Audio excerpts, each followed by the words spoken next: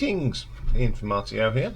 Hope you're all well on this Tuesday, and welcome to another album ranking. And this is another viewer's request, but I've split this one into two because it's quite a big catalogue.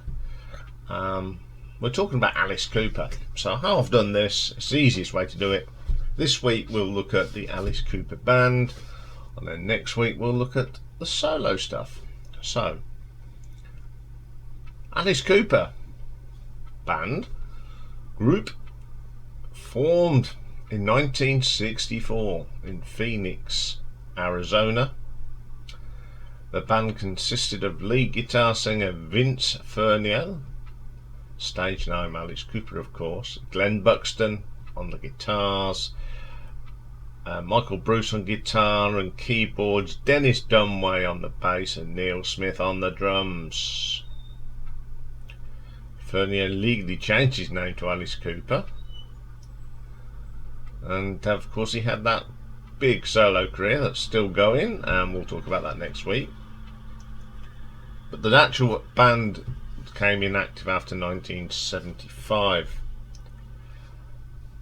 I mean, they've always been known, and Alice has, for this theatrical rock show sort of thing. And in 2011, the original Alice Cooper band was inducted into the Rock and Roll Hall of Fame. Everyone's alive except poor old Glenn. He died in 1997. And they made 7 albums as the Alice Cooper band.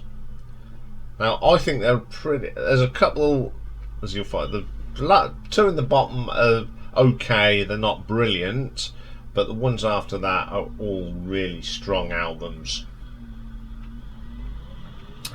So let's get a cracking then. So coming in at number 7, we have their debut album from 1969, and it's called Pretties for You. And the first track on it is called Titanic Overture. It's a like little overture thing, dramatic, pretty good. Next track, 10 minutes before the worm, another little short thing. Most of the tracks on here are quite short. It's quite some nice harmonising on it, but it's a little bit out there, I can assure you. Then we get Swing Low, Sweet Cheerio. I love this track, best track on the album. Very progressive, psychedelic, some really good guitar work here from Glenn Buxton. Excellent little track. Then we get Today Muller, a little short track again.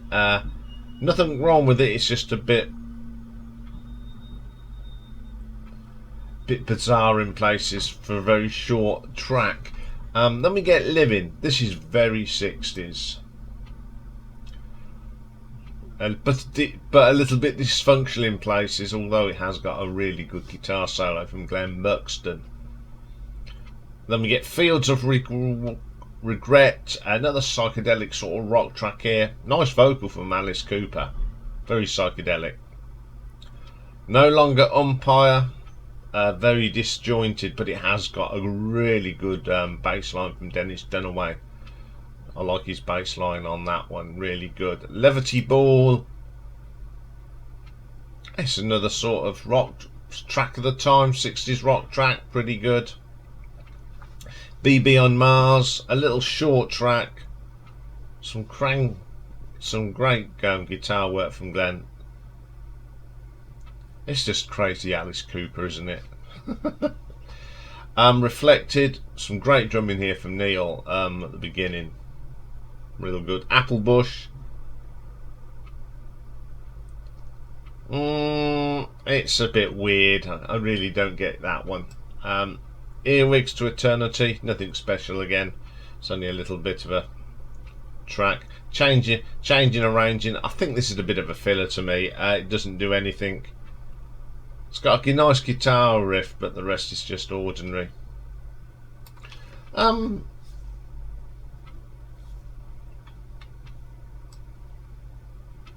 a bad debut album. He sort of sits there, doesn't he? It's not a brilliant. So I'm going to give this one an RTO ranking of 6 out of 10. Okay, then coming in at number 8, we have the 7th and final album, released in 1973, A Muscle of Love. Different people on here helping them out, because the band stayed the same all the way through, but we've got Mick Mashbeer on guitar, Dick Wagner on guitar, and Bob Dolan on keyboards. And the rest of the band, of course, is Alice Cooper, Glenn Buxton, Michael Bruce, Dennis Dunaway, Neil Smith. So first track on this one is called Big Apple. Love the riff in this, some nice keyboard bits in it, and a really good vocal from Alice Cooper. Never Been Sold Before, another solid track. The sound on this is a lot of the sound that would carry on into, obviously, Alice's solo career. You know it's something to do with Alice Cooper. Hard-Hearted Alice, really good song. It's a bit of a jazzy blues sort of guitar on this, some nice riffs as well. Crazy Little Child, love the honky-tonk piano at the beginning, great vocal, one of my favourite tracks on the album. Then we get Muscle of Love, love the opening of the riff and that, pretty strong. Then we get my favourite track on here, The Man with a Golden Gun. A little bit of homage to the James Bond movie. Very cheeky guitar in here. One of my favourite tracks on the album, my favourite, really good. Then we get a classic, Teenage Lament 74. One of the big hits, still gets played today. It's a really good track, like that one. Then we get Woman Machine. It's alright, probably the weakest track on the album. Solid enough album, but I just feel that there's a little bit of tension, and you can sort of feel it in some of the tracks, and you know, you can tell this is the last album you'd get from this band. But it's got some good stuff on it, it's got a classic on it, so I'm going to give this an RTO ranking of 7 out of 10. Okay, time for a drink. Okay, then coming at number 5, the second album from 1970 called Easy Action, and the title comes from a line from one of the band's favourite films, the musical West Side Story. Joining the band on here, we have got David Briggs on the piano on Shoe Salesman. First track is called Mr. and Misdemeanor, a good track. That sound is starting to take shape now, really good track. Then we get Shoe Salesman. I like this, the piano's pretty cool. It's not the best track on the album, but it's solid enough. Still Nowhere, some great guitar riffs here, and Glenn Buxton's solo's pretty good, and I think Alice's vocals are excellent on that. Then we get Below Your Means. This is quite progressive. It's got some really nice guitar tones on here from both Glenn and Michael Bruce. Excellent little track, my favourite. Then we get Return of the Spiders. It's got a bit of rock and roll feel to it. The subject matter, we know that Alice became renowned for these sort of songs. It's a really good track. Laughing at Me, not too bad. Still haven't really found what they're looking for, as Rocky's on the move. I don't know where he's going. Then we get Refrigerator Heaven. It's a short track, it's okay. Beautiful Fly Away, the piano's great in this, the guitar work from Glenn Buxton is pretty good. Alice on Fire again, really strong track. Hold on, go on then. Sorry folks, go on then. Yeah.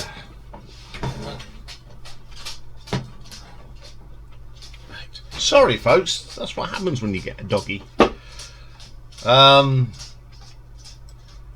was we? Beautiful Fly Away, that was it. The piano again, as I said, was pretty good. I like the storytelling of this song. That's what we'd get again from Alice Cooper. Lay Down Goodbye, never like this one. It's all over the place. Very disjointed track. Not a bad album. Going in the right direction. It's a bit rocky here. Still a little bit of that psychedelia hanging around, but it's an improvement on the debut. So I'm going to give this an RTO ranking of 7.5. Okay then, coming in at number 4. We'll go to the third album now, released in 1971. Love It to Death. And we've got Bob Ezrin joining the band on keyboards on some of the tracks. So the first track is called Caught in a Dream.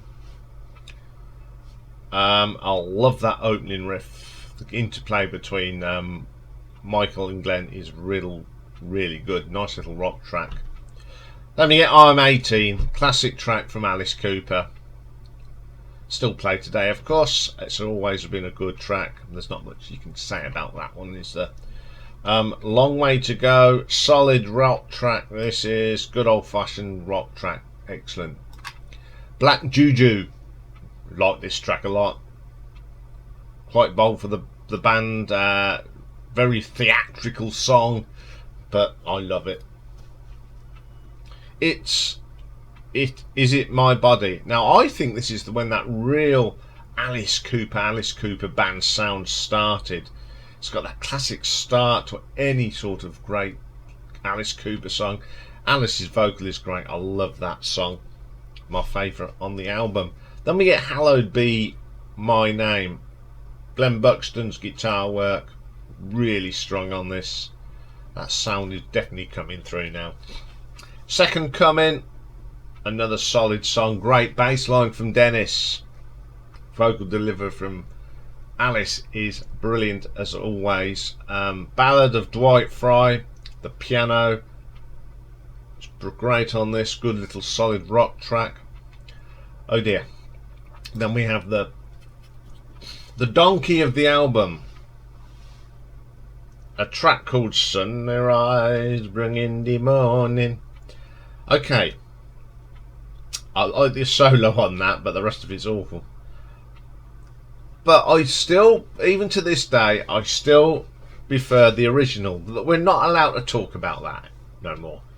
But this is a terrible version of a really good song from my childhood. So it's the Poo Poo Hat song on the album. But apart from that, it's a really good album. The sound is starting to develop, and we'd get used to this throughout Alice's career, full stop. So I'm going to give this one an RTO ranking of 7.6. Okay, top 3. Classic albums these are, but I know exactly what order. There was no problem with this. These have always been my top 3. So coming in at number 3, we have the fourth album again from 1971, and it's Killer. We've got Bob Ezrin helping out on keyboards and Rick Derringer on some additional guitar. First track, Under My Wheels. I love this. Them drums by Neil at the beginning, absolutely brilliant, with a fantastic bass line from Dennis. Great vocal from Alice, fantastic. Be My Lover, again a solid start, some great guitar from Michael and Glenn. Great vocal from Alice again, superb stuff. Then we get one of my favourite tracks ever by the Alice Cooper Band, Halo of Flies. Brilliant track. The guitar work again between Michael and Glenn is brilliant at the beginning. I just love Alice's vocal and his interpretation. His theatrics in this is brilliant. Absolute stunning track. Desperado, great tracks. All them elements that we come to love about Alice Cooper. Terrific track. You Drive Me Nervous. Them opening riffs again from Michael and Glenn. It's brilliant. Then you get a great bass line. It's really strong track. Then we get Yeah, Yeah, Yeah. A little rocky track there. Dead Babies, a classic from Alice Cooper. Always starts with that eerie bass line from Dennis. It's just a great track. Love that track. Then the title track, Killer. Very proggy feel to it. The keyboards are really good in this. Top drums from Neil. Really strong track. I always thought this was the first real proper Alice Cooper album on the whole. The whole album. It's got a couple of classics on here. Not a bad track on this. From top to bottom, it's a very solid album, a well played album. In my flat and house, it's always been there, and I'm going to give this an RTO ranking of 8 out of 10. Okay, then coming in at number 2, we'll go to the 5th album now, released in 1972. School's Out. Opens up with, of course, School's Out. Fantastic track. The first song I heard by Alice Cooper, and I love it. I still do today. I know it's played everywhere, but sometimes I also say it's popular because it is good, and this is great. It is one of my guilty pleasure songs from Alice Cooper. It's not my favourite song by Alice Cooper, but it's just one of them tracks that I do love. Okay, then we get Looney Tune. This is dominated by a brilliant bass line all the way through from Dennis. Neil plays really strong drums on that track as well. Gutter Cat versus the Jets. Again, some superb drumming from Neil. The bass line from Dennis as well is terrific. I love this track. It's very weird, but I like it. Street Fight. Bit noisy stuff here, but the bass line is really good from Dennis. Then we get Blue Turk. Lots of great bass lines from Dennis on this album, and Neil's drums. I love the saxophone in this. This is a bit of a jazzy improv. It's really, really good. Then we get My Stars. Lots of piano on this from Bob Ezrin, and some lovely guitar touches from Glenn Buxton on this. Some of Glenn's finest guitar work on this track. Public Animal number 9. This starts off with a groovy drum from Neil. Then you get Bob Ezrin playing the keyboards on this, the piano. Guitars come in, absolutely belter of a track. Alma Mater. It's probably the weakest track on the album. It's not that brilliant. And Grand Finale. It's just, I mean, Elmer Bernstein was actually involved with this as well. It's just a sort of dancey sort of film from the 50s, 60s sort of soundtrack thing. It's all right. Okay, a classic album from the Alice Cooper Band. Okay, the last 2 tracks are not the best on the album, but it doesn't spoil it. It's pretty good. But the first 7 tracks are absolutely stunning. So I'm going to give this one an RTO ranking of 8.5. Well, if you haven't guessed what my favourite Alice Cooper Band album is, it's Pretty. If you're a big fan, you'll know what one it is, and it is the 6th album from 1973, and it's the brilliant $1 Billion Babies. I absolutely love this album. Got quite a few people joining the lads on this one. We got Mick Mashmeyer again on guitar, Dick Wagner guitars, Bob Dollin on keyboards, Bob Ezrin on the keyboards and producing, Alan McMillan on the piano, and Dave Lilbert on the backing vocals. Opens up with Hello Hooray. I love this. I love the opening guitar riff, and Glenn's guitar work on this track is absolutely belting. Then we get Raped and Freezing. This is a great track, a great deep cut track from the band. Love the guitar work on this. Then we get Elected. It's one of the classics. There's nothing wrong with classics from Alice Cooper. $1 Billion Babies, a terrific track. Love this one. The drumming on this is great, and get again a superb bass line from Dennis. Michael and Glenn on fire, good track. Then we get my favourite track, and one of my favourite tracks by Alice Cooper Band, Unfinished Suite. That funky bass line from Dennis is fantastic. And then you get these great riffs, a great vocal from on here, superb track. Then we get No More Mr. Guy, Nice Guy, classic Alice Cooper's track. Some great guitar work from Mr. Buxton on that as well. Then Generation Landslide. It's a very semi-acoustic, bluesy thing. I love the harmonica on this. Brilliant. Sick Things. Typical Alice Cooper track with some brass. Very Dark Matter, but this is where Alice went. Fantastic. Marianne, I love this. I just love the piano. Very subdued piano, nice track. I think this is the track that Alan Macmillan plays the piano, and it's really, really good. And the last track, I Love the Dead. Alice Cooper signature track, talking about death, doom and dead. The guitar solo is pretty good as well. I think this album was the real benchmark for Alice Cooper for the rest of his career. It's brilliant. There's not a bad track on this album. I love listening to this album. It's a must for all rock fans. It's one of them you must listen to all the way through, because it sort of guides. So you put it on and you just let it roll, and it's a great album. So I'm going to give this one an RTO ranking of 9 out of 10. So there we go, part 1, the Alice Cooper Band, and next week we'll be looking at Alice's solo stuff. I'll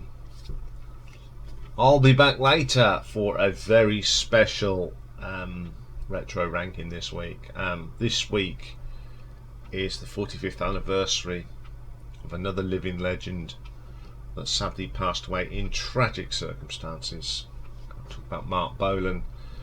His anniversary is on Thursday, so I decided to do a deep cut Mark Bolan track. So no singles, don't expect to see Jeepster and Hot Love in this top 10, because you won't. This is all the stuff off the albums. So join me for that, because it'll be a very special one. So I'll see you for that later. Bye for now.